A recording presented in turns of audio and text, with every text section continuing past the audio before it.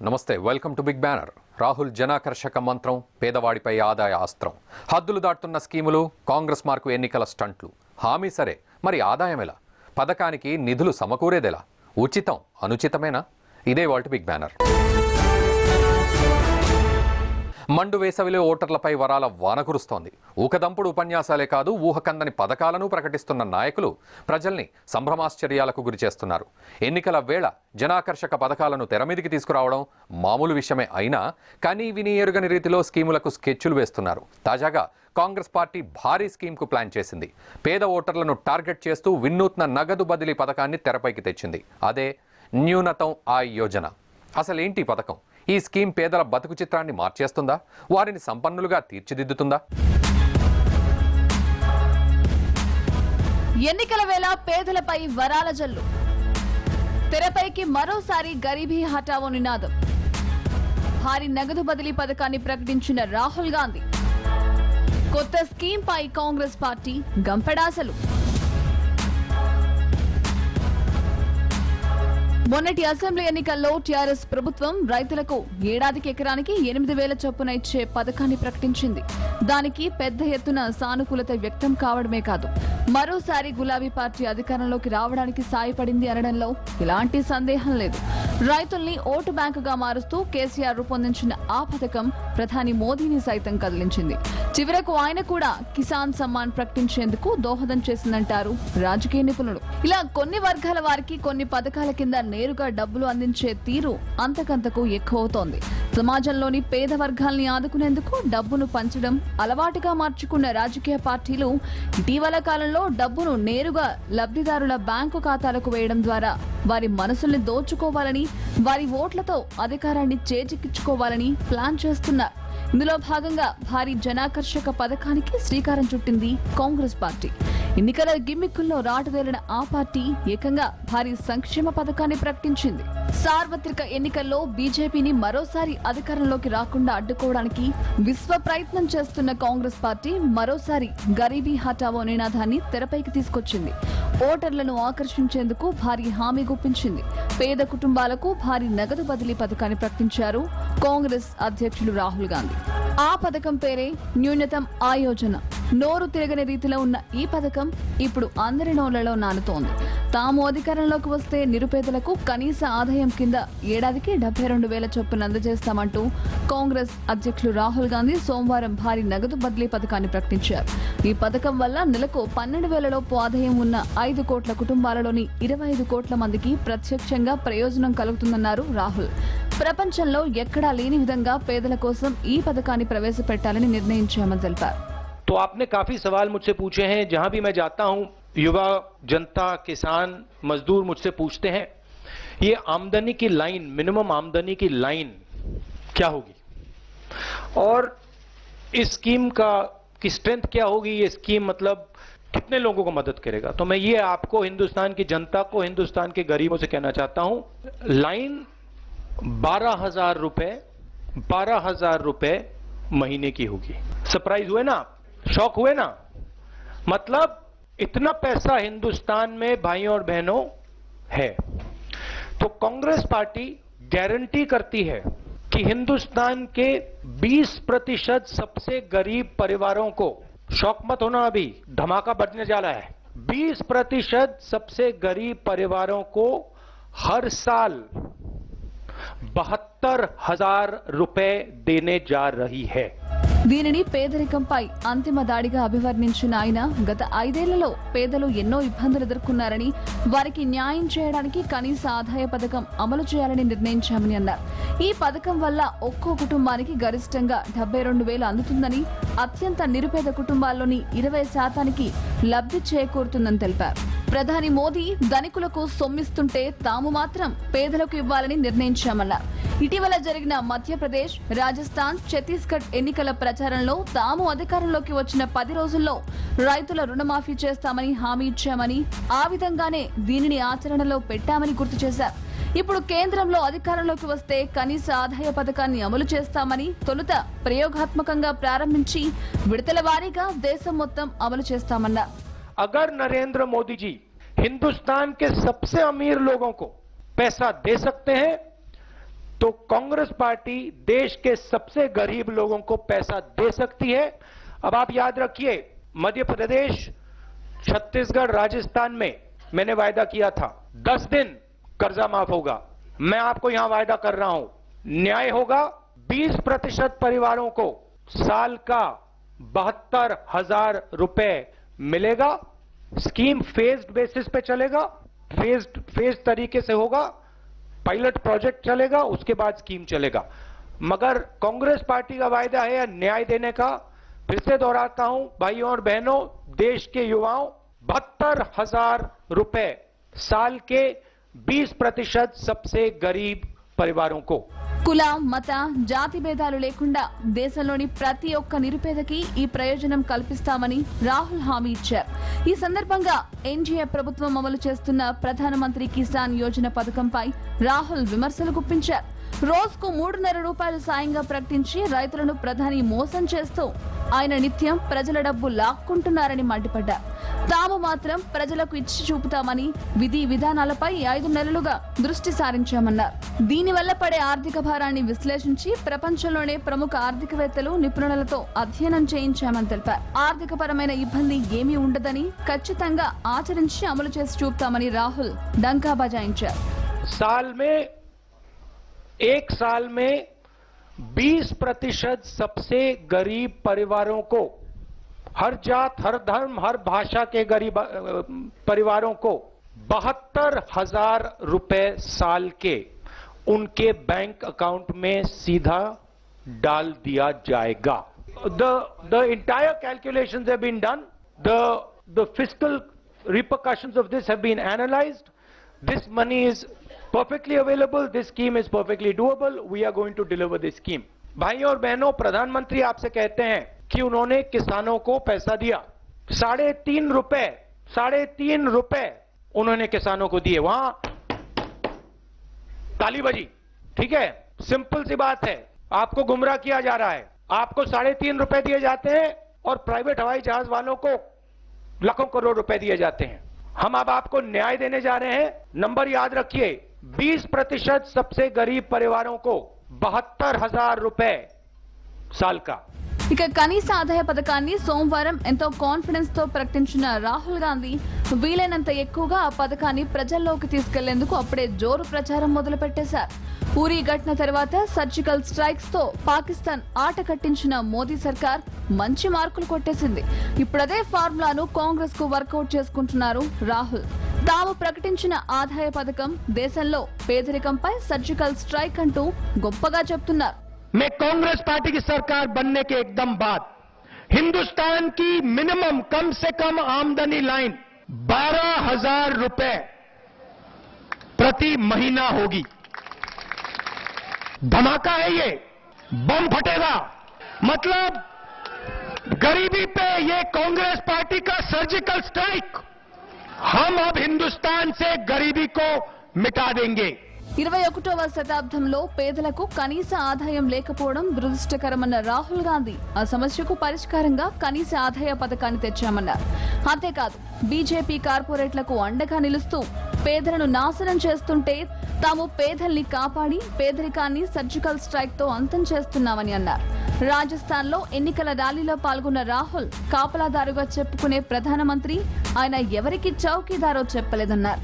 రైతుల ఇళ్లలో కాపలాదారుని చూశారా అని ప్రజలను ప్రశ్నించిన రాహుల్ నిరుద్యోగ యువత ఇళ్లలో కాపలాదారును చూశారా అని సెటైర్ వేశారు.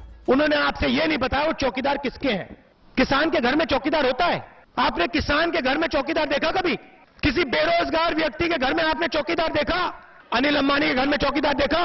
कितने चौकीदार हैं उसके घर में? लाइन लगी है चौकीदारों की. तो नरेंद्र मोदी जी ने आपको यह नहीं बताया कि मैं भैया आपका चौकीदार नहीं हूं, मैं अनिल अंबानी जैसे, नीरव मोदी जैसे लोगों का चौकीदार हूं.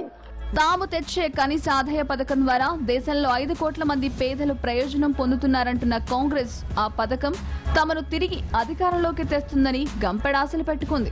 అదేదో ఊహాజనితంగా తెచ్చిన స్కీమ్ కాదంటున్న రాహుల్ దానిపై 6 నెలలుగా ఆర్థికవేత్తలతో చర్చించిన తర్వాతే తీసుకొస్తున్నామని వివరించారు. పేద కుటుంబాలకు డైరెక్ట్ గా వారి బ్యాంక్ అకౌంట్ లోనే నెల 6,000 డిపాజిట్ చేస్తామని చెప్తున్నారు. किसान की रक्षा और युवाओं को रोजगार, हम अपना पूरा खून पसीना पूरा समय लगा के आपको दे देंगे। मोदी जी, आपने 15 लाख रुपए देने की बात की थी, आपने 1 रुपया नहीं दिया। मैं 15 लाख रुपए नहीं कहूंगा, मगर मैं 72,000 रुपए हर गरीब परिवार के बैंक अकाउंट में डाल के दिखाऊंगा।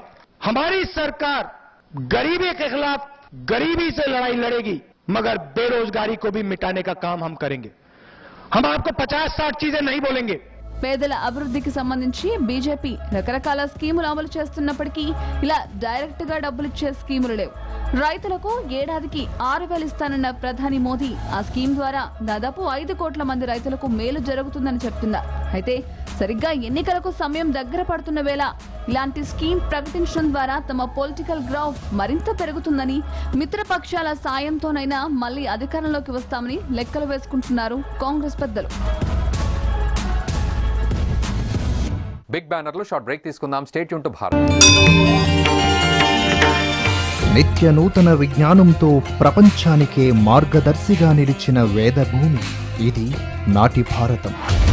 సనాతన ధర్మం, ఆచార సంప్రదాయాలపై దాడులు ఇది నేటి భారతం. స్వార్థ రాజకీయాలు, విదేశీ కుట్రలతో భరత జాతిని నిర్వీర్యం చేస్తున్న దుష్ట శక్తులపై గళమెత్తాలని మీరనుకుంటున్నారా? కానీ ఒక్కడినే ఏం చేయగలననే నిర్వేదంలో ఉన్నారా? అయితే రండి, దేశం కోసం, ధర్మం కోసం ఆవిర్భవించిన ఏకైక న్యూస్ ఛానల్ భారత్ టుడేతో జతకలవండి. ఆరోగ్యాన్ని హరించే, సమాజాన్ని తప్పుదారి పట్టించే చిల్లర ప్రకటనలకు ఎన్నడూ తల వంచని మన భారత్ టుడే ఛానల్లో ప్రసారమయ్యే కార్యక్రమాలకు సహసమర్పకులుగా ఉండండి. కేవలం సంవత్సరానికి 1,000 రూపాయలను నెఫ్ట్ లేదా నెట్ బ్యాంకింగ్ లేదా చెక్ ద్వారా SBI Sahasra television private limited account number 3805582171 IFSC SBIN 0004155 కు పంపి ధర్మరక్షణలో భాగస్వాములు కండి. మీ చెల్లింపు వివరాలను 9133311266 నంబర్కు వాట్సాప్ చేయండి. లక్ష్యం కోసం 1,00,000 మందిలో మీరు ఒకరు కండి. ధర్మ రక్షణ మన ధ్యేయం, దేశ రక్షణే మన లక్ష్యం.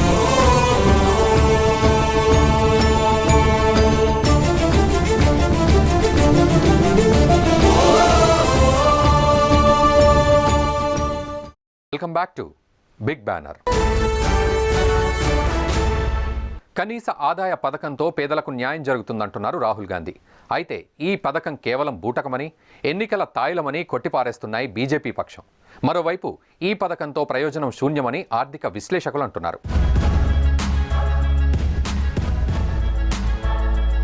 కాంగ్రెస్ ప్రకటించిన కనీస ఆదాయ పథకంపై భిన్న వాదనలు వినిపిస్తున్నాయి.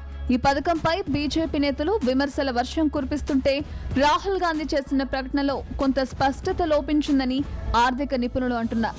కనీస ఆదాయ పథకంలో నెలకు 12,000 కుటుంబ ఆదాయాన్ని కట్ ఆఫ్ గా నిర్ణయించారు. అంటే నెలకు 12,000 కన్నా తక్కువ ఆదాయం ఉన్న కుటుంబాలకు మాత్రమే ఈ పథకం వర్తిస్తుంది. ఈ కట్ ఆఫ్ కు కుటుంబ ఆదాయానికి మధ్య ఎంత వ్యత్యాసం ఉంటే అంత డబ్బును మాత్రమే ప్రభుత్వం అందిస్తుంది. ఓ కుటుంబంలో సభ్యులంతా కలిసి నెలకు 12,000కు ₹1 ఎక్కువ సంపాదించినా వారికి ఈ పథకం వర్తించదు. అంటే ఓ 4 సభ్యులున్న కుటుంబంలో 12,000 ఆదాయంతో సంపన్నులు ఎలా అవుతారని ఆర్థిక విశ్లేషకులు ప్రశ్నిస్తున్నారు. అంతేకాదు, ఇలాంటి పథకాలు దేశంలో ఉత్పాదకతను తగ్గిస్తుందనేది ఆర్థిక నిపుణుల అభిప్రాయం. క్రమం తప్పకుండా తమ బ్యాంకు ఖాతాల్లో జమ చేసే డబ్బు కోసం ఎదురు చూసే ప్రజలు పనిపై ఆసక్తి చూపరని, ఆర్థిక వ్యవస్థ వృద్ధిలో వారు భాగస్వాములు కాబోరనేది ఫైనాన్షియల్ ఎక్స్పర్ట్స్ చెప్తున్నమాట. ఇక రాహుల్ గాంధీ కనీస ఆదాయ పథకం హామీని నీతి ఆయోగ్ ఉపాధ్యక్షులు రాజీవ్ కుమార్ తప్పుపట్టారు.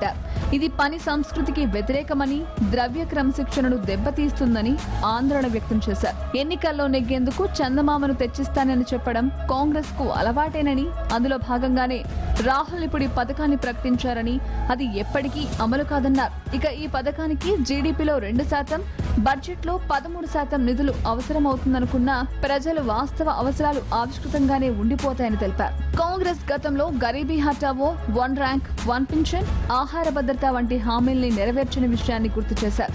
కనీస ఆదాయ పథకం కూడా అలాంటిదే అన్నారు. इस अनाउंसमेंट के आपने देखा होगा कि कोई भी डिटेल दिए नहीं गए हैं और ये कहना आसानी है कि 72,000 रुपये हम निम्न 20% लोगों को देंगे, तो उसमें अब ये भी नहीं पता कि वो एक परिवार के 5 सदस्य को या 4.5 सदस्य को देंगे या सिर्फ 2 सदस्यों को देंगे जो कि प्रौढ़ हैं, जो कि मतलब एडल्ट हैं.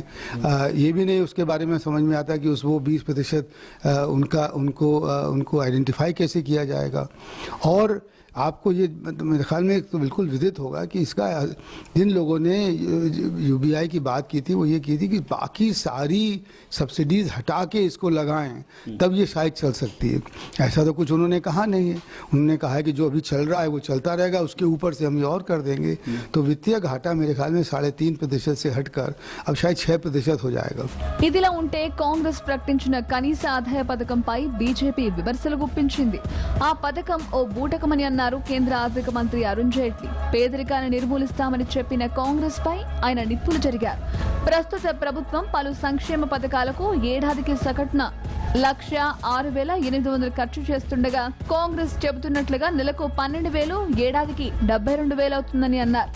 అది మోదీ సర్కార్ ఖర్చు చేస్తున్న దానికంటే చాలా చాలా తక్కువని అన్నారు. आज कांग्रेस पार्टी ने ये इशारा किया कि देश के न्यूनतम 20% परिवारों को वो एक आमदनी सब्सिडी के रूप में देगी. तो कहना था कि जो लोग जिनकी आमदनी 12,000 रुपए से नीचे है उसका बकाया हम पूरा करेंगे. वैसे तो कई वर्ग ऐसे हैं जिनके कोई सबूत नहीं होते उस आमदनी के स्तर पे, और इसलिए किसको देना है किसको नहीं देना उसकी जो समस्याएं आती हैं मैं उसमें नहीं जाऊंगा. मैं इसके राजनीतिक, आर्थिक और जो इसमें छल कपट है, एक ब्लफ है, वो आपके समक्ष रखना चाहूंगा. ఇక పలు సంక్షేమ పథకాలతో పాటు ఆహారం, ఎరువులు, ఆయుష్మాన్ భారత్, రైతులకిస్తున్న సబ్సిడీల కోసం ఏడాదికి 5,34,000 కోట్లు ఖర్చు చేస్తుందని చెప్పారు. ఇక కాంగ్రెస్ పార్టీ ఇస్తున్నట్లుగా 72,000ను సరిగ్గా లెక్క వేస్తే అది 5 కోట్ల కుటుంబాలకు చేరితే 3,06,000 కోట్లు మాత్రమే అవుతుందని, అది ప్రస్తుత ప్రభుత్వం ఇస్తున్న దానికంటే చాలా తక్కువని లెక్కగట్టారు. అంతేకాదు బీజేపీ ప్రభుత్వం తీసుకొస్తున్న పథకాలనే పేరు మార్చి కాంగ్రెస్ తీసుకొస్తామని చెప్తోందని అన్నారు. एक प्रकार से छल कपट, धोखा, ब्लफ होता था. लोन वेवर जो सबसे पहले मदर स्कीम आई थी 2008 में, 70,000 करोड़ रुपए का हम ऋण माफ कर रहे हैं. वन टाइम एफर्ट, जीवन में एक बार 70,000 करोड़ का. हम तो पीएम किसान में 75,000 करोड़ प्रतिवर्ष देंगे. हम तो मनरेगा में 60,000 करोड़ प्रतिवर्ष दे रहे हैं. One time step of 70,000. दिया कितना? 52,000. और सीएजी ने कहा दिया किसको? एक बड़ा अंश दिल्ली के व्यापारियों को मिल गया. కాంగ్రెస్ వాదనలు ఎప్పుడూ తప్పే అవుతాయని చెప్పిన జైట్లీ ఒక్కసారి చరిత్ర చూస్తే తెలుస్తుందన్నారు. పంజాబ్, మధ్యప్రదేశ్, ఛత్తీస్గఢ్, రాజస్థాన్, కర్ణాటకల్లో రైతులకు రుణమాఫీ చేస్తామని చెప్పిన కాంగ్రెస్ అక్కడ రాష్ట్రాల్లో అధికారంలోకి వచ్చాక తమకు రుణమాఫీ జరగలేదని ఆ రాష్ట్రాల్లోని రైతులు చెబుతున్నారని జైట్లీ తెలిపారు. హామీలు నెరవేర్చాలంటే వనరులు ఉండాలని, అవేమీ లేకుండానే కాంగ్రెస్ తప్పుడు హామీలిచ్చి ప్రజలను మభ్యపెట్టే ప్రయత్నం చేస్తోందని మండిపడ్డారు. ఇప్పటి వరకు కర్ణాటకలో 2,600 కోట్లు, మధ్యప్రదేశ్లో 300 కోట్లు, పంజాబ్లో 5,500 కోట్లు మాఫీ చేస్తామని చెబుతున్నాయని, అవన్నీ బూటకపు మాటలే అని జైట్లీ ధ్వజమెత్తారు. ఇక మోదీ ప్రభుత్వంలో 5,34,000 కోట్లు నేరుగా ప్రజల ఖాతాల్లోకి వెళ్లిందని చెప్పారు. आज भी अगर आप देखें तो कितनी विधानसभाओं में इन्होंने कहा कि किसान का ऋण माफ करेंगे. पंजाब में तो 2 वर्ष हो गए, कर्नाटक में भी काफी समय हो गया, अब तो अन्य विधानसभाओं को भी हो गए. अभी तक कर्नाटक ने खर्चा है 2,600 करोड़, मध्य प्रदेश ने खर्चा है 3,000 करोड़ और पंजाब ने 2 वर्षों में खर्चा है 5,500 crore. A complete I wash. वायदा क्या था? चुनाव जीतने के लिए धोखा देना गरीब को और उसके बाद साधन न देना. ये कांग्रेस पार्टी का इतिहास रहा है कि गरीब को नारे दो, సాధన మతతో. గత 55 ఏళ్లుగా పేదలను పట్టించుకొని కాంగ్రెస్ ఇప్పుడు ప్రజలను మళ్లీ తప్పుడు హామీలతో మభ్యపెట్టేందుకు ప్రయత్నాలు చేస్తోందని కేంద్ర మంత్రి రవిశంకర్ ప్రసాద్ మండిపడ్డారు. 1971లో ఇందిరాగాంధీ ఇచ్చిన గరీబీ హఠావో నినాదం ఏమైందని ప్రశ్నించారు ఆయన. ఆ నినాదంతో దేశం నుంచి పేదరికం పారిపోతుందని అంతా అనుకున్నారని, కానీ అలా జరగలేదని అన్నారు. ఈ విషయాన్ని స్వయంగా రాజీవ్ గాంధీయే చెప్పారని తెలిపారు. ఇక ఢిల్లీ నుంచి తాను ₹1 పంపిస్తే అది రాష్ట్రాలకు చేరేసరికి 15 పైసలుగానే ఉంటుందని రాజీవ్ గాంధీ అన్న విషయాన్ని గుర్తు చేశారు. అంతేకాదు, రాహుల్ చెప్పిన పథకం వర్కౌట్ కాదని, అది ఆర్థికంగా సాధ్యపడదని నీతి ఆయోగ్ చెప్పిన విషయాన్ని కూడా ఆయన గుర్తు చేశారు. राहुल गांधी ने मिनिमम इनकम की बात की है गरीबों के लिए, 12,000 लिमिट 72,000 साल में।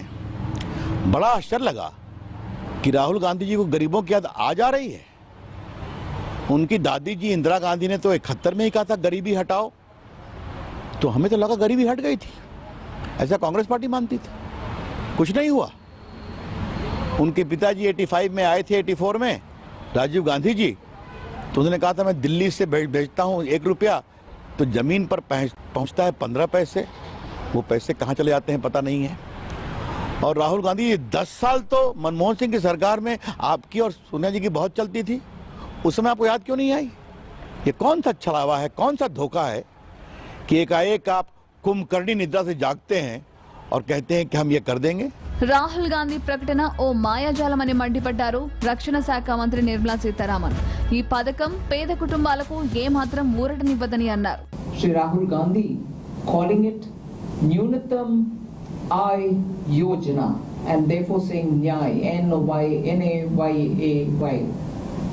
It's not really Nyay. Where is he going to get that money from? And if such a scheme is already giving so many true direct benefit to the people, we think it is just sort of giving a election time promise, which if I have to recall, one such a promise which was given in Madhya Pradesh has not even seen full coverage yet, not even the money yet, and therefore promises are normally given by Congress party. They've been eradicating poverty since 1971 with Garibi Hatao program. If Garibi is still there after the Hatao program of Srimati Indira Gandhi, Rahul Gandhi first of all will have to answer that. ఎన్నికల్లో గెలవమని స్పష్టంగా తెలిసినప్పుడు చంద్రుడిని తెచ్చి చేతిలో పెడతానని కూడా ఓటర్కు హామీ ఇవ్వవచ్చంటూ రాహుల్ హామీని బీజేపీ ప్రధాన కార్యదర్శి రామ్ మాధవ్ ట్విట్టర్లో కొట్టిపారేశారు. ప్రజలను ప్రసన్నం చేసుకునేందుకు హామీలపై హామీలు ఇస్తున్న నేతలు నిజంగానే వాటిని అమలు చేయగలుగుతారా? అందుకు ఆర్థిక వనరులు ఏ మేరకు సహకరిస్తాయి? ఇచ్చిన హామీలు నెరవేర్చకపోతే ఎలాంటి పరిణామాలు ఎదుర్కోవాల్సి వస్తుంది? ఇంతకు కనీస ఆదాయ పథకం అంటే ఏమిటి? అదెలా అమలు చేస్తారు? ఈ పథకం కోసం ప్రభుత్వ ఖజానా మీద పడే భారం ఎంత? నేరుగా లబ్ధిదారు కుటుంబాలకు చెందిన బ్యాంకు ఖాతాలో డబ్బు జమ చేయడమే న్యూనతం ఆయ యోజన పథక లక్ష్యం. అయితే అన్ని కుటుంబాలకు నెలకు 6,000 చొప్పున కాకుండా చిన్న లింకు పెట్టారు. దీని ప్రకారం ఒక కుటుంబం నెలకు ₹6,000 సంపాదనే ఉందనుకుంటే వారికి నెలకు ₹6,000 చొప్పున బ్యాంకు ఖాతాలో జమ చేస్తారు. ఒకవేళ ఒక కుటుంబం 4,000 సంపాదిస్తుంటే వారికి ₹8,000 ఖాతాలో జమ చేస్తారు. అంటే ప్రతి కుటుంబానికి 6,000 చొప్పున కాకుండా ప్రతి పేద కుటుంబం నెలకు 12,000 సంపాదన తగ్గని రీతిలో ఈ పథకాన్ని ప్లాన్ చేశారు. ఈ పథకం కోసం అయ్యే ఖర్చు ఏడాదికి 3,60,000 కోట్లుగా లెక్కవేస్తున్నారు. భారత్లోని 20% నిరుపేదలకు ఏడాదికి 72,000 చొప్పున వారి బ్యాంకు ఖాతాకే నేరుగా జమ చేసే ఈ పథకంతో లాభం ఎంతన్నది పక్కన పెడితే ఎంత పక్కదారి పడుతుందనేదే అసలు సమస్య. తక్కువ సంపాదించే వారికి అందిస్తున్న ఈ పథకం పేదలకు మంచి జరుగుతుంది అనుకున్నా మరి కష్టపడి నెలకు 12,000 సంపాదించే వారికి ఎలాంటి ప్రభుత్వ దన్ను లేకపోవడం ఏం న్యాయం అంటున్నారు ఆర్థిక నిపుణులు. భార్య భర్త ఇద్దరు నెలకు కష్టపడి 12,000 సంపాదిస్తే అలాంటి వారికి ఈ పథకంతో ఎలాంటి లబ్ధి చేకూరదు. ఇలా చూసినప్పుడు ఎంత తక్కువ సంపాదిస్తే అంత హాయిగా డబ్బులు వస్తాయన్న భావనకు పురిగొల్పుతోంది. మరి ఇలాంటి పథకంతో దేశ ప్రజలకు ఎలాంటి సందేశాన్ని ఇస్తున్నట్లు? డబ్బులతో సంక్షేమ పథకాలను అమలు చేసే బదులు వస్తు రూపంలో అందిస్తే అంతో ఇంతో ప్రయోజనం ఉంటుంది అన్నది నిపుణుల అభిప్రాయం. కనీస ఆదాయ పథకం అనేది కొత్తదేం కాదు. 1938లోనే కనీస ఆదాయ పథకం గురించి చర్చ జరిగింది. 1964లో దీన్ని అమలు చేయాలని నిర్ణయించుకున్నారు. 2011, 2012లో మధ్యప్రదేశ్లోని 8 గ్రామాల్లో పైలట్ ప్రాజెక్ట్ కింద దీన్ని అమలు చేశారు. 2022లో కనీస ఆదాయ పథకాన్ని అమలు చేస్తామని సిక్కిం ప్రభుత్వం కూడా ప్రకటించింది. అలాగే America, Kenya, Brazil, UK, Switzerland వంటి పలు దేశాల్లో ఈ పథకాన్ని పరీక్షించారు. అయితే ఎక్కడా కూడా ఇది విజయవంతం కాలేదు. ఒక వ్యక్తి పేదరికం నుంచి బయటకు వచ్చి ఒక రకమైన జీవనం సాగించాలంటే సంవత్సరానికి 7,620 అవసరమని 2009లో సురేష్ టెండూల్కర్ పవర్టీ లైన్ స్పష్టం చేసింది. ఇక ఈ పథకానికి నిధుల సమీకరణ అనేది ప్రధాన సమస్య. పథకం విజయవంతం అవుతుందా లేదా అనే అంశం లబ్ధిదారుల ఎంపికపై ఆధారపడి ఉంటుంది. ఈ పథకం కింద 5 కోట్ల కుటుంబాలకు ఏడాదికి 72,000 కోట్లు వ్యయమవుతుంది. అంటే 5 ఏళ్ల కాలానికి 3,60,000 కోట్లు కావాలి. దేశ బడ్జెట్లో ఇది 13% సమానం. 2018-19 అంచనా గణాంకాల ప్రకారం ప్రస్తుత ధరలు ఆధారంగా చూస్తే జీడీపీ విలువ 188 లక్షల కోట్లు. కనీస ఆదాయ పథకపు వ్యయం ఇందులో 2% సమానం. సంవత్సరానికి 72,000 కనీస ఆదాయము నిరుపేదలకు వచ్చేట్టుగా చూద్దామని ప్రపోజల్ తీసుకోవడం జరిగింది.